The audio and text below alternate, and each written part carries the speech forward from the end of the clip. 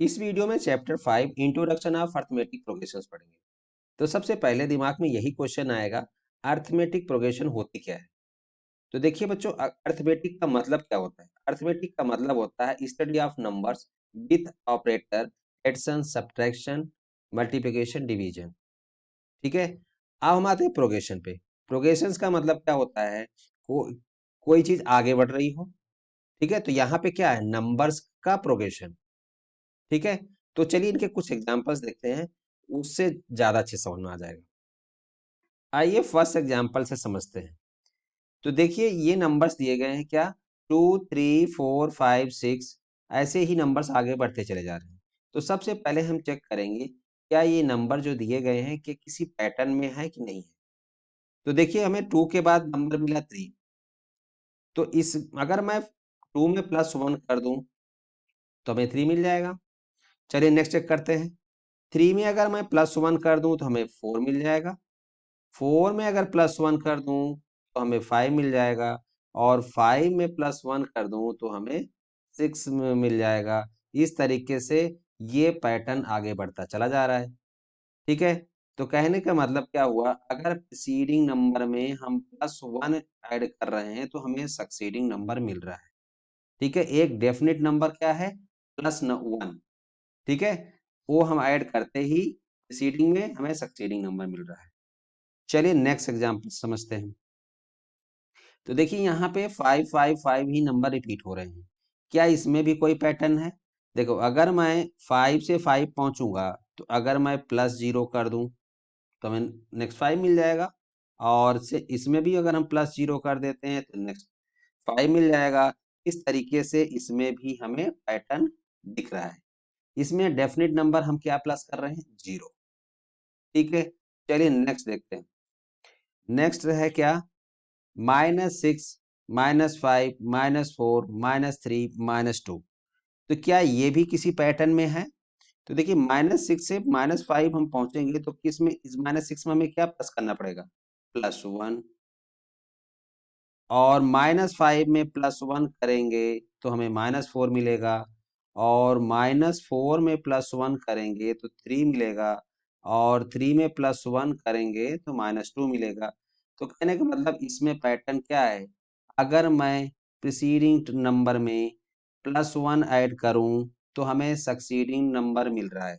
ठीक है, तो कहने का मतलब इसमें भी एक पैटर्न फॉलो हो रहा है।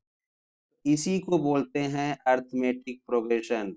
अर्थमेटिक प्रोग्रेशन उसको बोलते हैं कि अगर प्रीसीडिंग टर्म में, प्रीसीडिंग नंबर में कोई एक डेफिनेट नंबर ऐड करने पे सक्सीडिंग नंबर मिल जाता है तो उसको हम अर्थमेटिक प्रोग्रेशन बोलते हैं। ठीक है, तो इसकी डेफिनेशन क्या होगी, तो देखो इसकी डेफिनेशन क्या हुई, an arithmetic progression is list of number in which each term is obtained by adding a fixed number to the preceding term the except first term. देखो क्या बोला जा रहा है कि अगर हम प्रीसीडिंग टर्म में कोई फिक्स्ड नंबर ऐड कर देते हैं तो हमें नेक्स्ट टर्म मिल जाती है। ऐसी प्रोग्रेशन को हम अर्थमेटिक प्रोग्रेशन बोलते हैं। ठीक है, अब यहाँ पे क्या बोला गया, एक्सेप्ट फर्स्ट टर्म।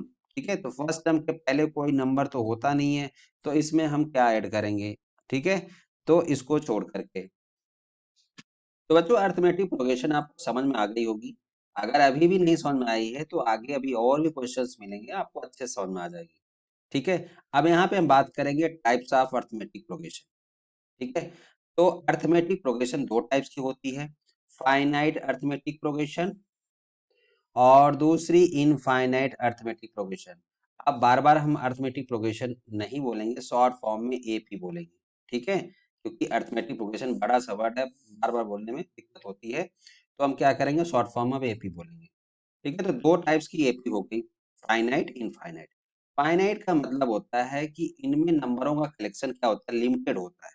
ठीक है, देखिए 4 से स्टार्ट हुआ और 30 पे जाके खत्म हो गया ना, 30 पे जाके खत्म हो गया, तो ये फाइनाइट एपी हो गई। अब इनफाइनाइट का मतलब समझो, देखिए 4 से स्टार्ट हो रहा है, ये चलता जा रहा है चलता जा रहा है चलता जा रहा है, खत्म ही नहीं हो रहा है, तो इसको हम बोलते हैं इनफाइनाइट एपी। ठीक है, तो फाइनाइट इनफाइनाइट एपी आपको समझ में आ गया होगा।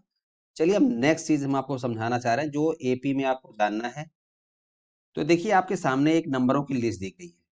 नंबर्स क्या हैं? 2, 4, 6, 8, 10, 12, 14। तो सबसे पहले हम चेक करेंगे क्या ये एपी है कि नहीं। ठीक है, ये प्रोग्रेशन जो नंबरों की दी गई है क्या ये एपी है कि नहीं है, तो हम इनको चेक करते हैं। तो देखिए 2 के बाद हमें 4 मिला, तो देखो इसमें हम +2 करते ही हमें 4 मिल गया।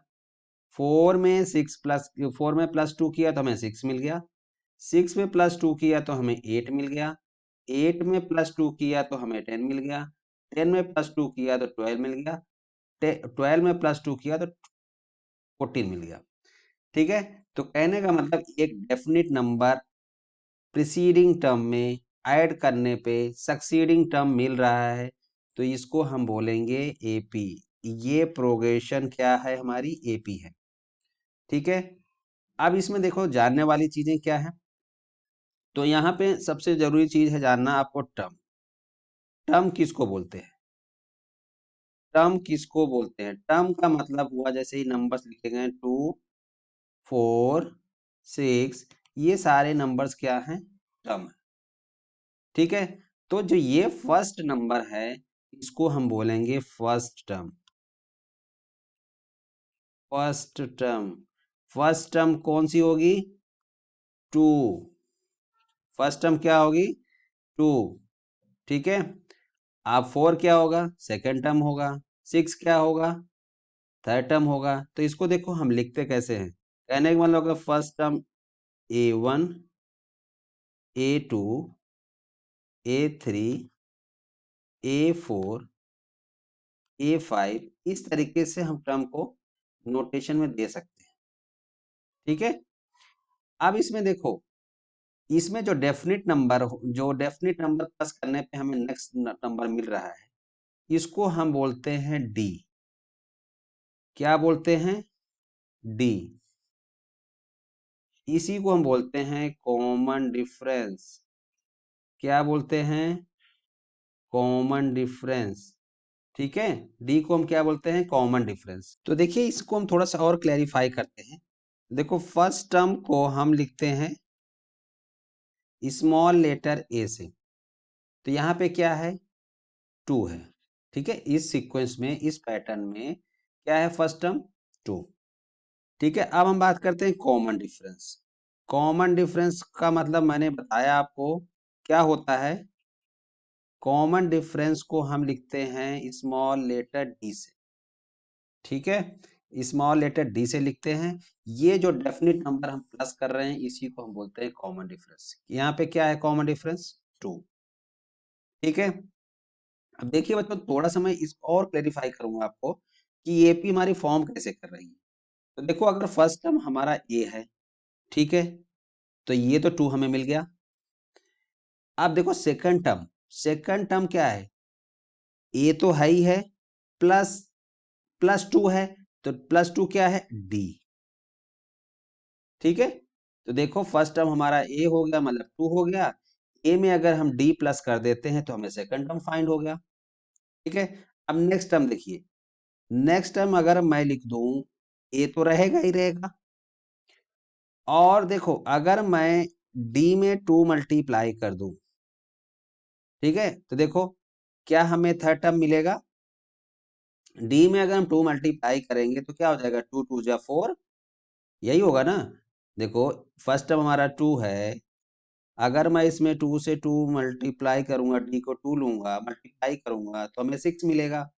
ठीक है, तो एपी का पैटर्न कुछ इस तरीके से बनता है। A+3D नेक्स्ट टर्म हो जाएगा, A+4D हो जाएगा।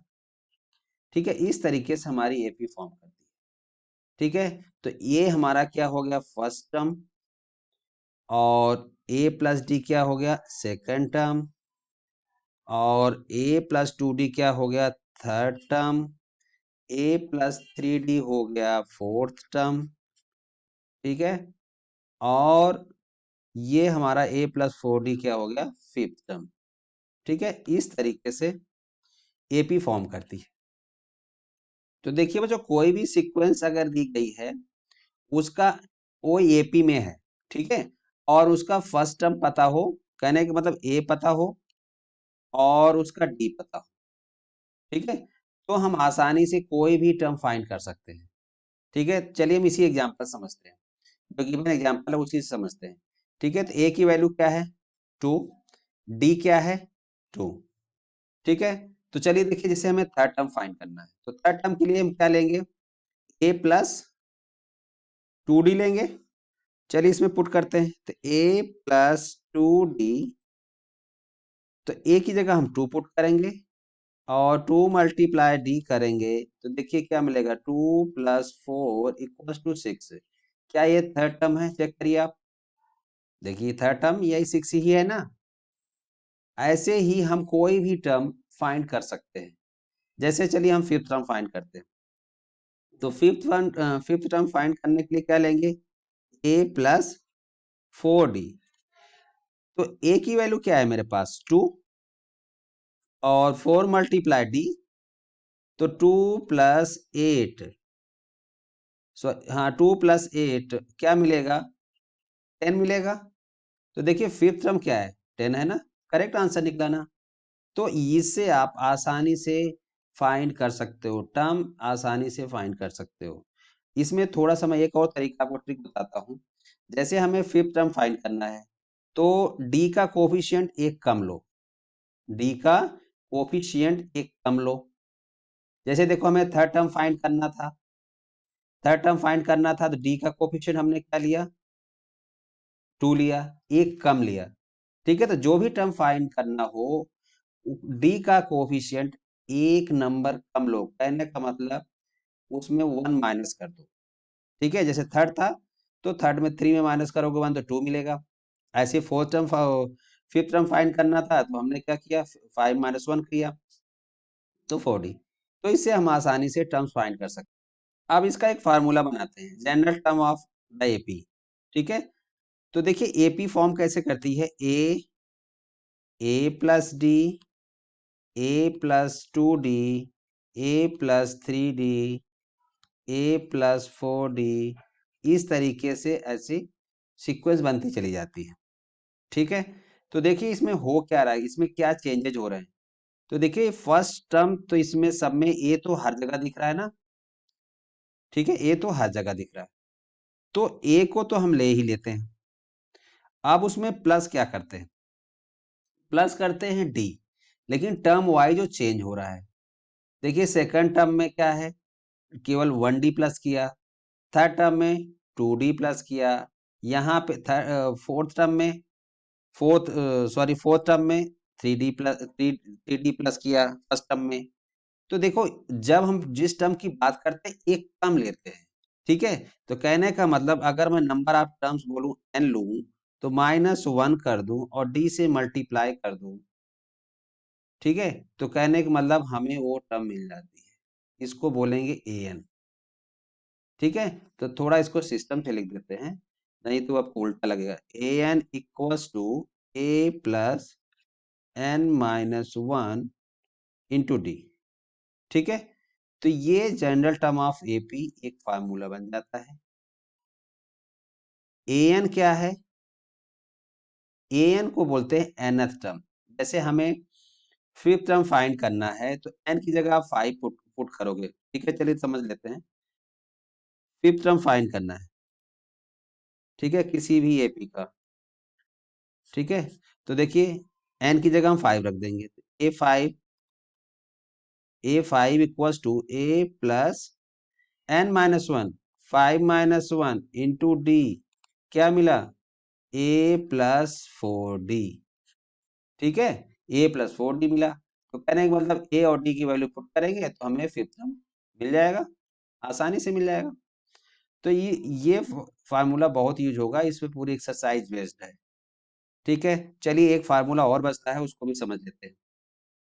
तो आइए थोड़ा सा और कुछ समझ लेते हैं, जो फार्मूला दिया गया है इसमें नोटेशन किसके लिए क्या यूज की गई है, जिससे आपको डाउट ना रहे। तो एन हम किस एन को क्या बोलते हैं, एन क्या होता है nth टर्म, और इसको लास्ट टर्म भी बोलते हैं। कोई एपी गिवन है ना, तो एन उस अगर फाइनाइट एपी है लास्ट टर्म उसकी an होगी, ठीक है। और a तो आपको पता ही है, a क्या होता है, फर्स्ट टर्म, और n क्या है, nth टर्म, और d क्या है, कॉमन डिफरेंस। तो किसी भी एपी का अगर हमें सम निकालना हो तो हम इस फार्मूले का यूज करेंगे, ठीक है। तो इसमें नया नोटेशन क्या है, एसएन। एसएन किसको बोलते हैं, सम ऑफ एन टर्म्स। कहने का मतलब कोई फाइनाइट एपी है, उनका हम सम निकालना है, तो हम इस फार्मूले से आसानी से निकाल सकते हैं। तो इस फार्मूले को थोड़ा सा और सिंप्लीफाई करते, देखो नया फार्मूला बन जाएगा, s n equals to n by two. Two a को अगर हम लिख दूं a plus a plus n minus one into d, ठीक है। तो देखिए ये क्या है, ये इसको हम लिख सकते हैं क्या है, ए एन, ठीक है। तो इसको हम क्या लिख सकते हैं, n by two a plus a n. S n equals to क्या मिला हमें, ये एक नया फार्मूला मिल गया। तो इस फार्मूले का भी हम कभी कभी यूज करेंगे। और ए एन को हम लास्ट टर्म भी बोलते हैं, तो इसको इस तरीके से भी लिख सकते हैं, ए प्लस एल, ठीक है। तो इसको भी हम यूज कर सकते हैं फार्मूले में। तो बच्चों मैं आशा करता हूं कि आप लोग अच्छे से समझ गए होंगे। अगर नहीं समझ में आया है तो आप एक्सरसाइज के जब क्वेश्चंस करोगे तो आसानी से क्लैरिफाई हो जाएंगे, ठीक है।